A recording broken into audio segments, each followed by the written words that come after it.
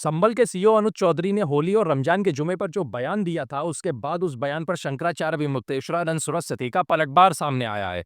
और शंकराचार्य ने फटकार लगाई है सीईओ अनुज चौधरी को और फटकार लगाते हुए प्रशासन से कार्रवाई की मांग की है। शंकराचार्य ने अपने बयान में जो कहा है वह भी सुनने लायक है। दोस्तों, शंकराचार्य ने कहा अब वो वीरता केवल बाड़ी में ही रह गई है, बयानबाजी करके ही अपना दम दिखाना चाहते हैं। किसी भी पुलिस अधिकारी की इतनी हिम्मत नहीं है कि अपने से ऊपर किसी भी अधिकारी पर कुछ बोल दे।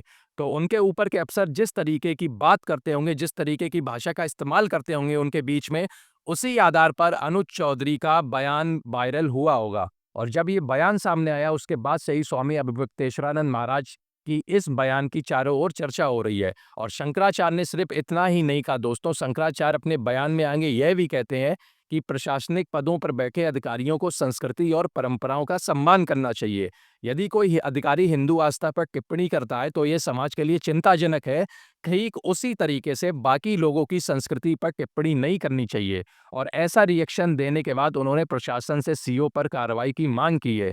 स्वामी अभिमुक्तेश्वरानंद महाराज कहते हैं कि सरकार ऐसे अधिकारियों पर सख्त कार्रवाई करे, यानी कि उन्होंने सरकार से ऐसे अधिकारियों पर सख्त कार्रवाई की मांग की है दोस्तों।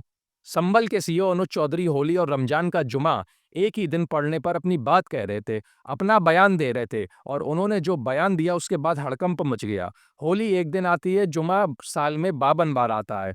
होली साल में एक बार आती है। मुस्लिम समुदाय के लोगों को ये किसी को लगता है भाई आपको होली के रंग से अगर कोई दिक्कत हो या आपका रंग भ्रष्ट हो जाएगा तो आप उस दिन घर से ना निकलें, और यदि निकलें तो उसका इतना बड़ा दिल होना चाहिए कि अगर उसके कोई गुलाल भी लगा दे तो फिर उसे कोई समस्या नहीं होनी चाहिए।